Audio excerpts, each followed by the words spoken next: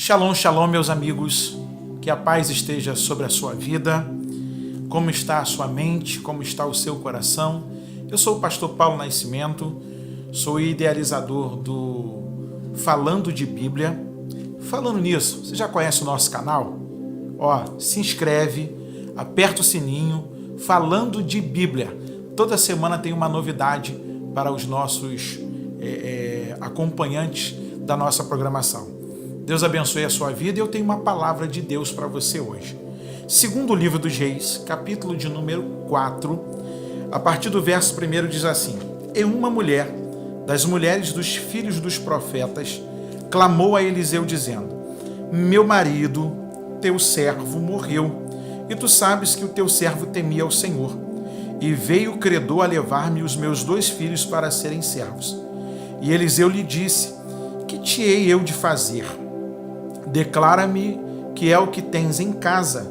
E ela disse: Tua serva não tem nada em casa, senão uma botija de azeite. Então disse ele: Vai, pede para ti vasos emprestados a todos os teus vizinhos, vasos vazios, não poucos. Então entra, fecha a porta sobre ti e sobre teus filhos, e deita o azeite em todos aqueles vasos, e põe à parte o que estiver cheio. Partiu, pois, dele e fechou a porta sobre si e sobre seus filhos, e eles lhe traziam os vasos, e ela os enchia. E sucedeu que, cheios que foram os vasos, disse-lhe a seu filho: Traze-me ainda um vaso. Porém ele lhe disse: Não há mais vaso nenhum. Então o azeite parou. Então veio ela e o fez saber ao homem de Deus. E disse ele: Vai, vende o azeite, paga a tua dívida, e tu e teus filhos vivam do resto. Olha que coisa maravilhosa. Você crê que esta é a palavra de Deus? Você crê de verdade que isto aqui aconteceu? Porque diferente do que muitos falam aí fora, que a Bíblia contém a palavra de Deus, eu creio, como assim tantos outros creem, que ela é a palavra de Deus, digna de toda aceitação, fiel e verdadeira. Por isso, nós nos debruçamos na palavra nesse momento. Queridos, a primeira coisa que eu quero observar aqui com você é deixar uma palavra hoje para famílias. E é interessante que as pessoas tendem a acreditar que, por caminhar na fé, elas não vão passar problemas, desesperos e aflições. Bem, na verdade, Jesus já nos informou que no mundo nós teríamos aflições, mas para que tivéssemos bom ânimo. É interessante a gente perceber que, lendo esse texto, a gente vai logo perceber que não existe família perfeita, como também não existe família sem problemas. O texto é claro quando a Bíblia vai nos informar, trazer luz para nós, que uma mulher das mulheres dos filhos dos profetas, ou seja, ele era um Ben-Navi, um filho do profeta, e a Bíblia não vai dizer o seu nome. A Bíblia aqui nesse momento oculta o seu nome, mas diz quem era o seu líder, e o seu líder era Eliseu. E a Bíblia vai dizer que este homem, marido desta mulher, ele viera a falecer. Mas eu acho muito bonito, são as qualificações que o verso 1 traz para nós. Ela diz que ele, meu marido, segundo, teu servo. Olha que coisa interessante. Ela entende que ele era o cabeça da casa e entende também uma referência espiritual, que ele era um servo. A palavra servo no hebraico é ebed. Ebed, que também traz alusão ao grego, que quer dizer doulos, e que ambas significam escravos. Ou seja, eles estavam a serviço de alguém. A sua vida era a favor de outra pessoa. E é interessante você perceber que ela vai dizer que ele morre e que ele temia ao Senhor.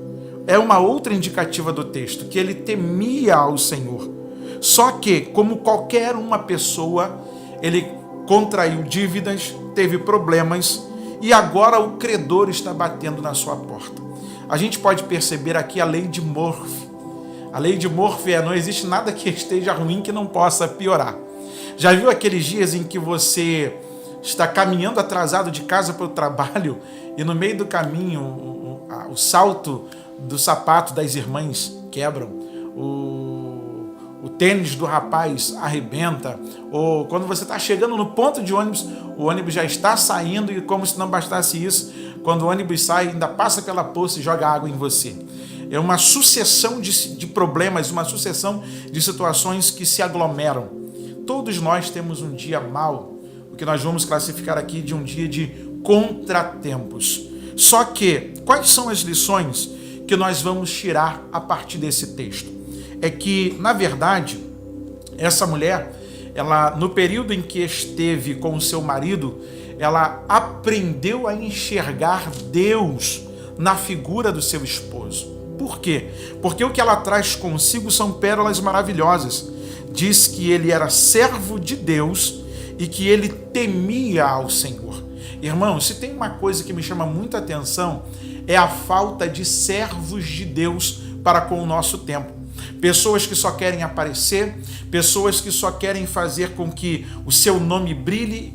Nós estamos muito diferente do que a Bíblia vai relatar em Atos dos Apóstolos, quando Barnabé, que é o dono da oportunidade, lá na igreja de Antioquia, chama Saulo para ficar no seu lugar e por 1 ano ele cede a sua vez para outro. Que coisa gostosa, que coisa boa é você entender que quando nós estamos na presença de Deus, os nossos títulos falham, caem por terra. E aí essa mulher me ensina que este marido, ele tinha algo para fazer com que fosse notório para a sua posteridade. E o que era essa tão obra magnífica? Era que ele conseguiu fazer com que a sua casa enxergasse nele, primeiro, que ele era um servo de Deus. Segundo, que ele temia ao Senhor. E temer a Deus, irmãos, é levar a Deus a sério, é levar as coisas de Deus com zelo, não é fazer de qualquer maneira, não é fazer de qualquer jeito, é fazer porque isto é uma oportunidade para glorificar a Deus. E esta mulher, ela vai fazer justamente isso, ela vai trazer as referências dele, e veja que mesmo com um problema tão grande, mesmo com uma situação tão adversa, tão incomum, ela não está desesperada, fazendo com que o seu desespero seja tão notório a ponto de que as pessoas olhassem para ela e vissem nela uma coitadinha. Pelo contrário, ela tem uma ponte de segurança, porque ela sabe que há uma representação legal de Deus para com aqueles dias da sua vida. E essa representação de Deus era o profeta Eliseu. E aí ela vai procurar a Eliseu. E quando ela vai procurar Eliseu, a coisa estava bem avolumada. Por quê? Porque os credores estavam batendo na sua porta. E a única coisa que ficara para ela foram os seus filhos. Olha que coisa interessante. A Bíblia vai dizer, o salmista, que os filhos são herança do Senhor. E aí, o que ela tem de mais precioso são os seus filhos. O que ela tem de maior valor é a sua herança. E quantas são as vezes que as coisas aparecem contra nós, tão adversas, tão tempestuosas, e nós não conseguimos ainda assim a enxergar valor naquilo que de fato deve ser observado como valor. E ela, no seu afã de lutas e de problemas, ela vai encontrar um caminho de paz, que é ir até a pessoa do profeta. Quando ela chega na pessoa do profeta, o profeta diz para ela assim no verso 2, que te hei eu de fazer? Declara-me o que é que tens em casa. E aí ela responde de imediato, a tua serva não tem nada em casa, senão uma botija de azeite. Você vai parar e pensar comigo a seguinte questão, quantas são as vezes que no nosso desespero a gente não consegue enxergar uma matéria-prima para Deus operar milagres sobre a nossa vida e sobre a nossa casa. Quem sabe, assim como esta mulher, naqueles dias, as dores, o desespero, os problemas, os sofrimentos da vida, as circunstâncias têm tentado fazer com que você não enxergue que há algo ainda para ser usado por Deus e que não está longe de você, está pertinho de você, está dentro da sua casa. Enxergue com valor as coisas que para muitos são desprezíveis. O que era uma botija de azeite? Uma botija de azeite era apenas um recipiente que não era tão grande, era comum dentro de uma casa palestina naquela época, e que, na verdade, aquela mulher, quando olha, ela não tem ideia do que ela está falando, e que é a partir daquilo ali que Deus vai começar a operar o milagre na sua vida. Outro detalhe é que Freud, no seu livro Mal-Estar na Civilização, ele vai dizer que para você receber o novo, você tem que abrir mão das coisas que são velhas. Olha que coisa interessante. Ela não está agarrada às coisas que poderiam fazer com que ela pudesse estribar naquele momento. Não, é a partir daqui. Não, ela vai ao profeta a ponto de dizer: a tua serva não tem nada. Ou seja, eu estou vazia de tudo. Dr. Dostoiévski, no seu livro Irmãos Karamazov, vai dizer que o vazio do homem é exatamente do tamanho de Deus. E quantas são as vezes que Deus nos leva às bifurcações das situações, Ele estreita os nossos caminhos para a gente aprender a confiar no Senhor. E essa mulher, então, ela vai fazer o quê? Vai procurar Eliseu. E eu acho interessante que Eliseu vai dizer para ela: o que eu hei de fazer por você? É como se ele dissesse para ela assim: olha, eu sou um homem tão natural quanto você. Eu não sei o que vou fazer por você, mas na declaração dessa mulher, ele vai assumir uma nova postura e ele vai dizer então para ela: então disse ele, Eliseu, vai, pede para ti vasos emprestados a todos os teus vizinhos, vasos vazios, não poucos. Então entra e fecha a porta sobre ti e sobre teus filhos, deita o azeite em todos aqueles vasos e põe à parte o que estiver cheio. E aí, o verso de número 5, partiu, pois, dele e fechou a porta sobre si e sobre seus filhos, e eles lhe traziam os vasos, e ela os enchia. Queridos, por que Eliseu aqui não usou a expressão para ela: assim diz o Senhor? Por que Eliseu aqui não olhou para ela e disse assim: olha, o Senhor me falou? Porque profeta que é profeta, um nabi, ele tem que estar também conectado à palavra de Deus. Veja você e abra sua Bíblia aí agora, livro do Êxodo, capítulo de número 22, verso de número 22, diz assim: a nenhuma viúva nem órfão afligireis. Se de alguma maneira os afligirdes, e eles clamarem a mim, eu certamente ouvirei o seu clamor. Verso 24, e a minha ira se acenderá, e vos matarei a espada, e vossas mulheres ficarão viúvas, e vossos filhos órfãos. Deus havia deixado um tratado a partir de Moisés, e que tanto a viúva quanto o órfão deveriam ser amparados. Por isso, Eliseu não vai dizer assim diz o Senhor, pelo contrário, ele vai se apoiar na própria lei, na lei de Moisés, na lei do Senhor. E ele vai dizer para ela: pode pedir aos seus vizinhos vasos emprestados, e não poucos. Peça muitos vasos vazios. E aí a gente aprende também que confiar naquilo que Deus já deixou registrado para nós ainda é o melhor a se fazer. Existem tantas vozes no mundo tentando te confundir. Existem tantas coisas na terra tentando fazer com que os seus pés saiam do caminho. E Deus nos deu uma palavra. Diz a palavra: e conhecereis a verdade, e a verdade vos libertará. João 8:32. Verso 36 do capítulo 8 de João.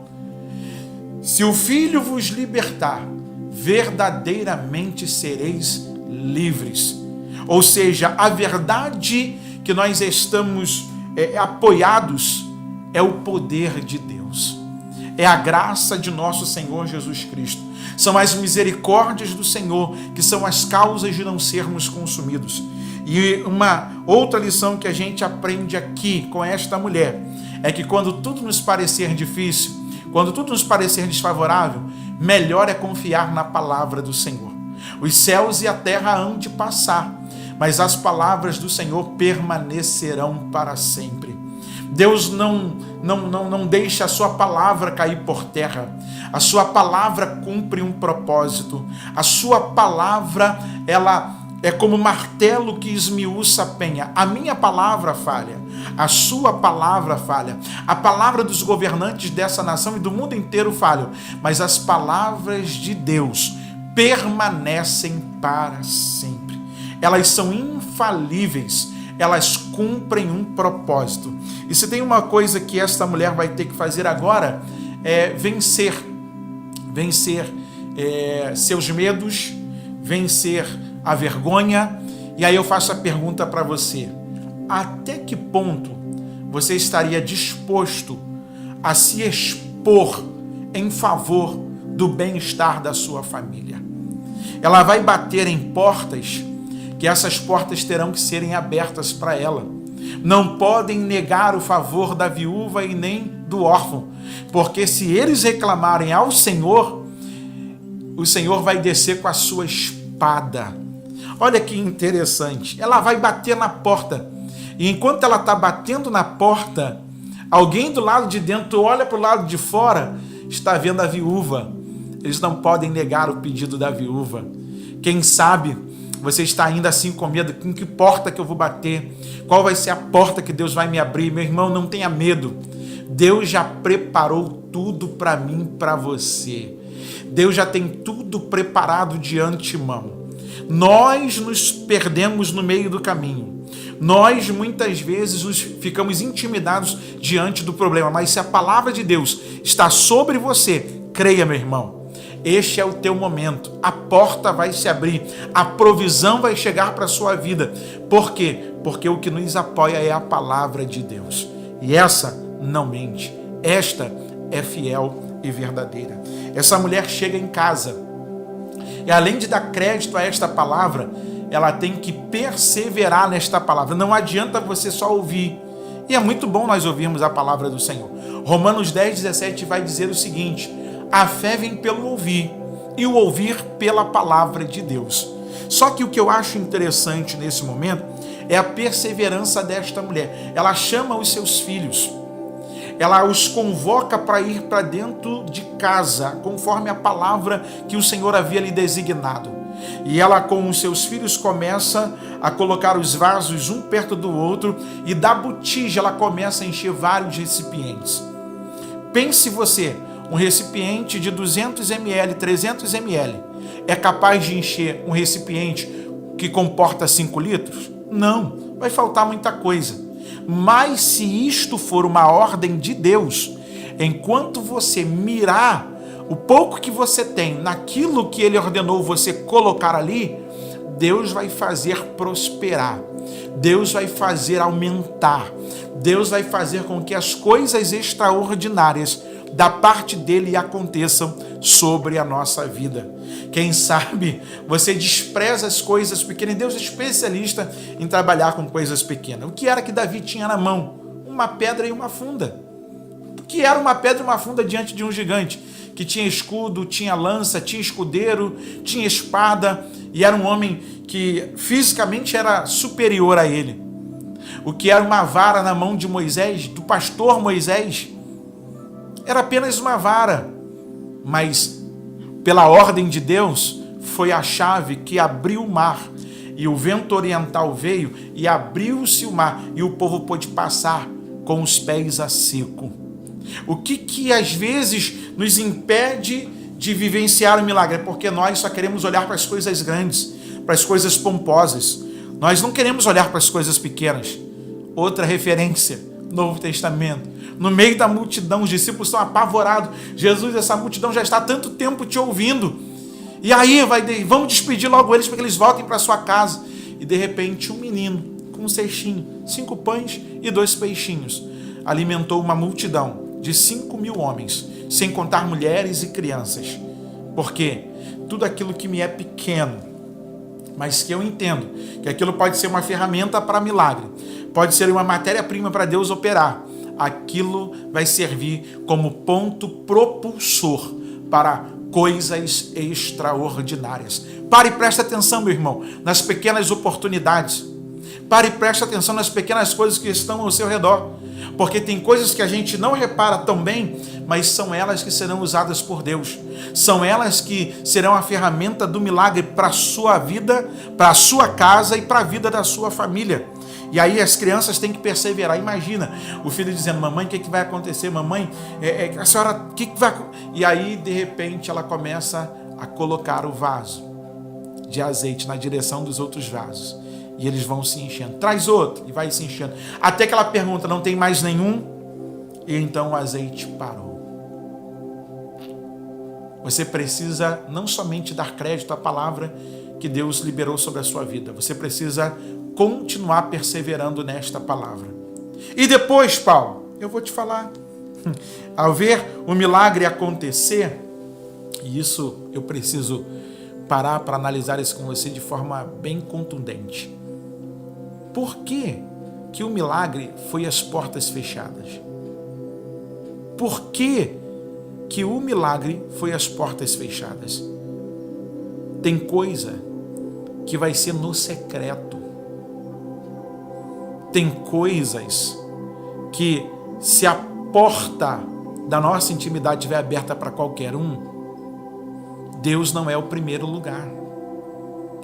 Tem coisas que só vão acontecer na nossa vida, eu preciso fazer essa conjectura, e o texto me permite isso, é que para que o milagre de Deus seja operado na minha vida, a porta do mundanismo para minha casa precisa estar fechada.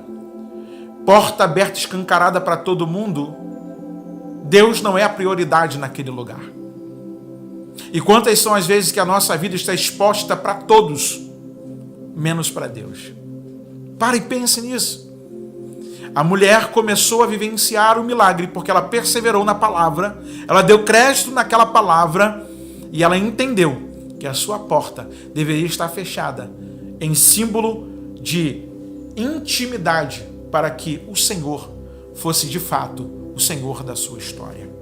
Ela volta a Eliseu e ela vai testemunhar. Ela vai dizer para ele o que aconteceu, verso de número 7. E Eliseu vai dizer para ela: ó, pega o azeite, paga a tua dívida, vende o azeite, paga a tua dívida, e tu e teus filhos vivam do resto. Sabe o que eu acho interessante, irmão? É que essa mulher, ela sabe o local onde ela foi pedir e sabe o local onde ela tem que testemunhar. Quantas são as vezes que nós chegamos em determinados locais e queremos que Deus se manifeste naquele local para nós, mas nós não somos gratos a Deus por aquilo que Ele fez em nós e nós não testemunhamos aquilo que Deus operou. Ela volta ao profeta, ela vai na direção do profeta, porque ela entende que foi a partir daquela orientação do profeta, que era o representante de Deus, que Deus começou a operar sobre a sua vida. E aí eu paro e pergunto para você: quantas coisas Deus já fez na sua vida? Quantas coisas Deus já fez na sua história? Quantas coisas Deus já operou no meio da sua família? E você não testemunhou nada para ninguém. Irmão, milagre é para ser contado. Se Deus operou um milagre na sua vida, por que você não testemunha? Ela volta a Eliseu, ela conta a sua história, o que aconteceu, e Eliseu diz para ela assim: vai, pega o azeite, vende, paga a sua dívida e vive do resto. Olha que coisa interessante. Olhando para o começo da história dessa mulher, você acreditaria no final dessa história? E aí eu faço uma outra pergunta de reflexão para você. Como você quer que seja contada a sua história para a sua posteridade? Como alguém que desistiu no meio do caminho? Como alguém que parou? Como alguém que se entregou? Como alguém que, vamos ver, luta. Não, meu irmão, reaja. Reaja. Ei, queridão. Ei, minha irmã. Reaja. Você não nasceu para viver na luta. Você não nasceu para viver no meio do problema. Tem um tempo determinado por Deus para trazer a provisão para você e o escape. Tem tempo de plantar e tem tempo de colher, tem tempo de chorar e tem tempo de sorrir, tem tempo de estar perto, tem tempo de estar afastado, tem tempo de juntar pedras e espalhar pedras, tem tempo de abraçar e tempo de deixar de abraçar, tem tempo de prantear, ou seja, chorar por muitos dias, tem tempo de saltar de alegria, tem tempo de fazer guerra e tem tempo de buscar a paz. Nenhuma luta é eterna. Eterno é o poder de Deus em nós, irmão, para operar os seus milagres. E deixa eu dizer uma coisa para você. Tem momentos que Deus nos coloca nos estreitos para saber o que vai dentro do nosso coração. Como disse o salmista no Salmo do Pastor, essa mulher conhecia onde estavam os seus pastos verdejantes, onde estavam as suas águas tranquilas. E aí, meu irmão, essa mulher agora vai pegar o seu milagre e ela vai começar de uma pobre viúva, endividada, com o credor batendo na sua porta, no meio da sua crise, Deus lhe abre uma porta, que ela se torna empresária. Aquela que antes era chamada de viuvinha pobre, agora está com uma banca de azeite, podendo vender, podendo negociar, podendo fazer acréscimo ao seu ganho, pagar as suas dívidas, e ainda assim viver do resto. Olha que coisa curiosa. Como você quer e como você espera que seja contada ao final da sua história. Como você quer que seja contado o final da sua história. Confia no Senhor. Persevera na palavra de Jesus. Porque assim como esta mulher, nós também tínhamos uma grande dívida. Nós tínhamos uma grande dívida que essa dívida era impagável. Colossenses capítulo 2, carta do apóstolo Paulo, verso 14, diz assim: havendo riscado a cédula que era contra nós, nas suas ordenanças, a qual de alguma maneira nos era contrária, e atirou do meio de nós, cravando-a na cruz, e despojando os principados e potestades, os expôs publicamente, e deles triunfou em si mesmo. Olha que coisa interessante. Nós também, assim como essa mulher, tínhamos uma dívida impagável. Mas porque agora demos crédito à palavra de Jesus e precisamos perseverar nesta palavra, nós vamos viver tudo aquilo que esta palavra diz a respeito da nossa vida. Quem era Paulo? Quem era você? Quem éramos nós há um tempo atrás? E hoje nós somos chamados de filhos de Deus. Hoje nós somos chamados de propriedade exclusiva do Senhor. Hoje nós somos chamados de templo do Espírito Santo. Ei, meu irmão, não se diminua. Não queira ser aquilo que a Bíblia não diz que você é. Pelo contrário, você tem valor. E assim como esta mulher, nós vivíamos um desespero total, a ponto de, quando nós olhamos para as referências de Deus aqui na terra e encontramos a sua bússola, o seu santo conselho, que é a sua santa palavra, hoje nós temos o direito de experimentar milagres extraordinários. E esta palavra para você hoje é: meu irmão, não existe problema que Deus não possa resolver. Não existe situação que Deus não possa mudar. Quem sabe você anda tão desesperado que esse desespero faz com que você não creia na provisão e no milagre de Deus. Eu quero terminar essa oportunidade orando por você. Nosso Deus e nosso Pai, no nome de Jesus Cristo, Senhor, nós te glorificamos pela oportunidade da vida. Te glorificamos, Senhor, porque temos o Senhor como a nossa bússola, o nosso orientador, e a tua mão é o nosso guia.